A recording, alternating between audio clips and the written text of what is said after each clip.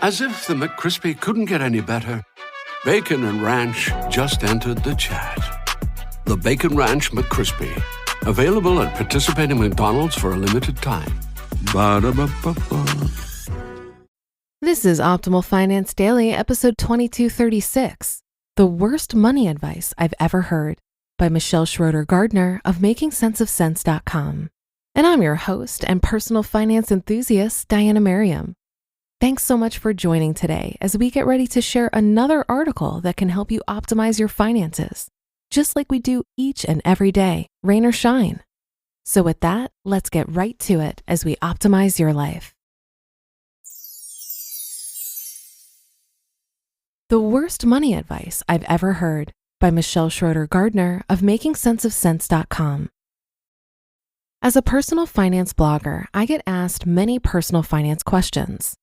Before I respond, I usually ask what they think they should do. One of the first things I usually hear is advice they were given by someone else. Sometimes the advice is great, but other times I can't help but cringe, and then I have to try my best not to let my jaw hit the ground. I really wish I made up the following advice, but sadly they're all true.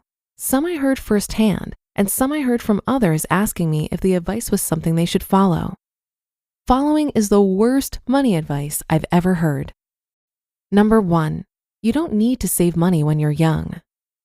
I am all about living life and enjoying yourself. I also think money is meant to be enjoyed.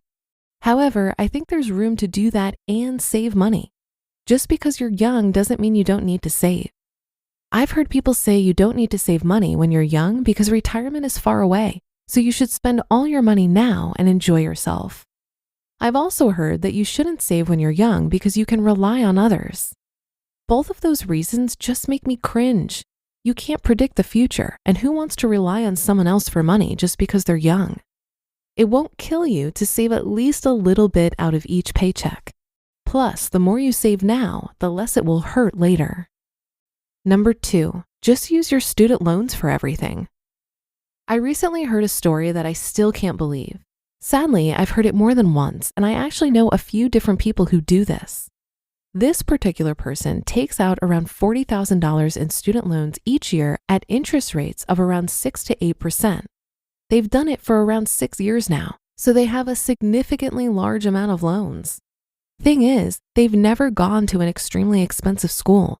They take around $10,000 out for actual school purposes each year, and then they spend all the leftover money on vacations and multiple timeshares. They don't use any of it for living expenses as they work full-time and use that income to live off of. So they spend around $30,000 a year from their student loans on having fun. No, I'm not kidding. My mouth dropped. I didn't even know what to say. Sad thing is, this person was telling other people to do the same.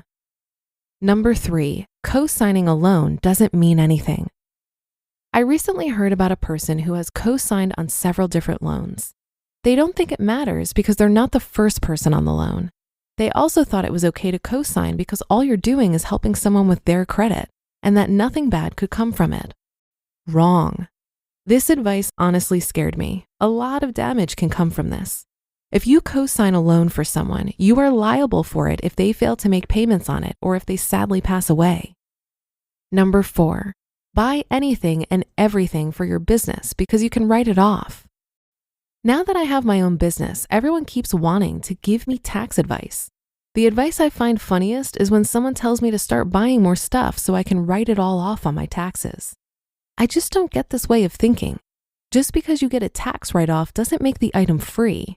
I understand buying stuff you need, but why would I buy stuff I have absolutely no use for?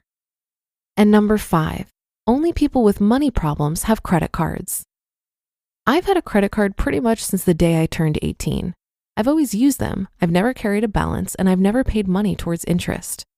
A few years ago, I took my credit card out to pay for a purchase.